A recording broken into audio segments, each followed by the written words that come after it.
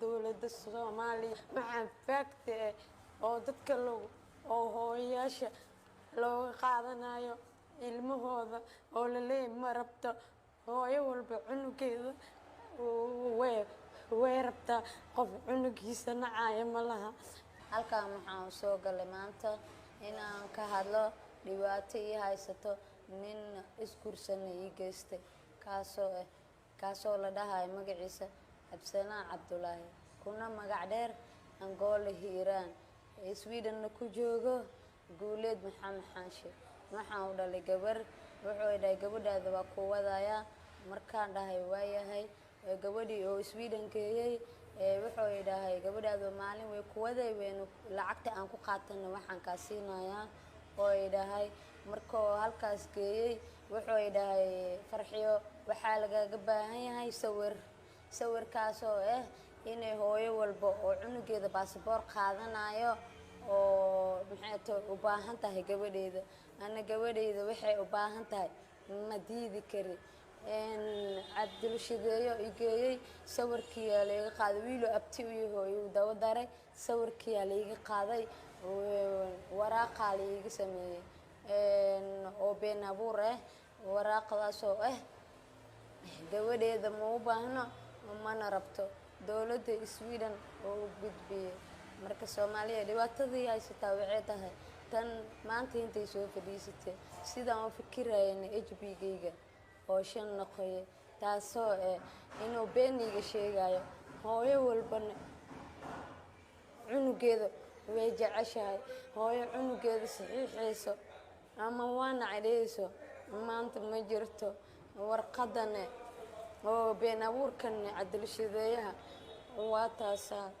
waa u jeedaan anigana tayda saxda waa taasa waa u jeedaan marka wuxuu kaloo idhahay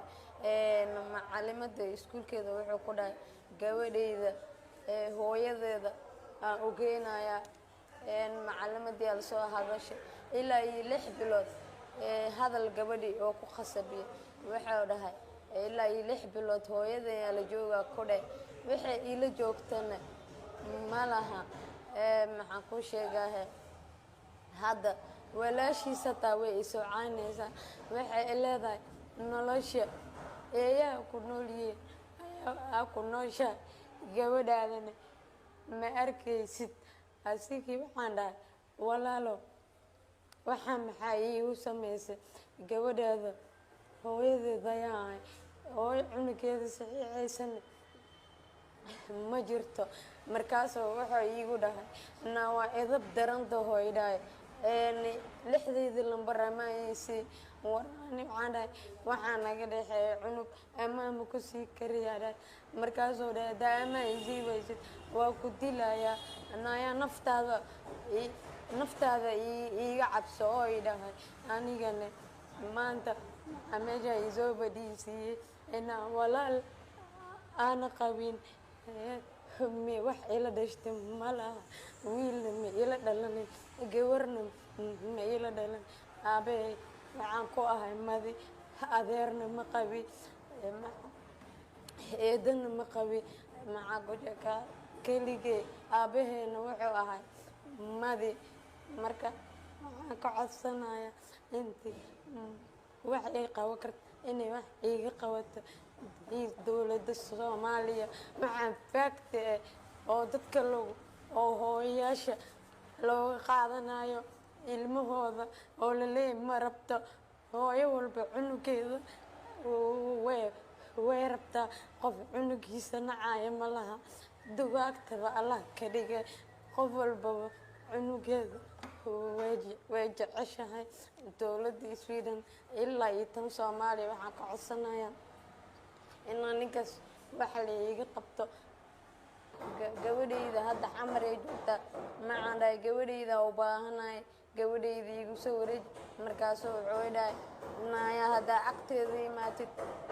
waa ku dilayaa dowladda Sweden wuxuu ugu sheegay inay gabadheeda ila noosha ilaa 6 bilood ila noolaanayso oo ugu sheegay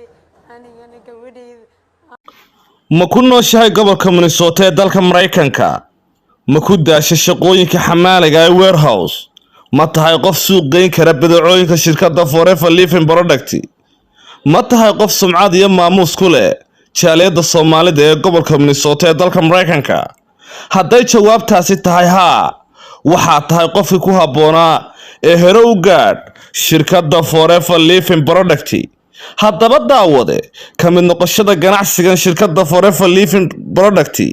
kuma xidhna wax shuruuda aan ka ahayn in da'daadu ay ka weyn tahay 20 iyo in aad heli kartid dhaqaale aad u yar oo aad ku bilaabi kartid marka loo eego faa'iidada aad ka heli karto kaliya magacaaga emailkaaga addresskaaga iyo telephone numberkaaga iyo meesha aad degan tahay ayaa lagaga baahan yahay markaad ka mid noqoto shirkadda Forever Living Product waxaad helaysaa warqadii kontraktiga ee aad shirkadda la gashay ID number adiga kuu gaara oo aad kaga adeegan kartid adduunka oo dhan hab online iyo off online si aad u doonatid waxa aad doonayso waa qiimo dhimis shirkaddani ayay samaysaa qiimo dhimiska iibka aad samayn doontid oo u dhaxaysa 5% ilaa 35% ilaa laga gaarayo 48%. maxay iibisaa haddaba shirkaddan Forever Living Product shirkaddani waxay soo saartaa productyo ama alaabo loo isticmaalo isqurxinta dumarka caafimaadka iyo miisaan dhimista ama miisaan kordhinta waxaana ay ka farsamaysaa geedka loo yaqaan dacarta oo hodan ku ah gayiga Soomaalida iyo malab wax kiimika ahna malaha waxaad samayn doontaa ganacsi adiga kuu gaara oo aad maamulatid aadna ka samayn kartid dhaqaale aan xad lahayn waxaad ku biiraysaa bulsho ganacsi oo iswada caawimaysa waxaad heli doontaa tababar iyo aqoon kororsi bilaasha oo free si aad u gaadhid heerka aad doonaysid waxaad u kala gudbi doontaa darajooyin waaweyn oo qadarintooda iyo qiimahoodaba leh haddaba darajooyinkan aad gaari karto oo shirkaddan aad ka gaari karto maxay yihiin sidee u gaari kartaa waxay darajooyinkan ay ka kooban yihiin 13 darajo oo midka kale ay ka sareyso ta koowaad ayaa inaad noqoto assistant supervisor ta labaad ayaa supervisor ta saddexaad ayaa assistant management ta afraad ayaa manager ta shanaad ayaa senior manager ta lixaad ayaa eagle manager ta toddobaad ayaa soaring manager iyo safir manager diamond safir manager iyo kuwa kale oo badan oo darajada kale ay ka sareyso kana dhaqaale badan tahay dhammaan darajooyinkaasi waa kuwa aad xaqiijin kartid midba midka ay ka sareyso aad bay uga dhaqaale badan tahay waxaad kale shirkadda ka heli doontaa waxyaabo la yiraahdo incentives oo ay ka mid yihiin Forever Car Plan oo 3 gaari oo dalxiisa iyo 3 gaari oo dalxiis free lagu geynayo sanadkiiba 2 jeer check you magaciisa la yiraahdo German bonus oo lacago waaweyn dadka qaar mutaystaan oo malaayiin dollar gaaraya German bonus waxa la yiraahdaa oo ah in aad shirkadda ku yeelatid share joogta lacagaha trillions dollar ee ay sanad walba faa'iido aad qaybtaada ka qaadan doontid shirkaddu haddii ay sanadkaasi dhaqaale faa'iido oo aad badan ay soo saarto dunida oo dhan waxa aad leedahay faa'iido adiga percentage ku gaara haddaba haddii aad diyaar u tahay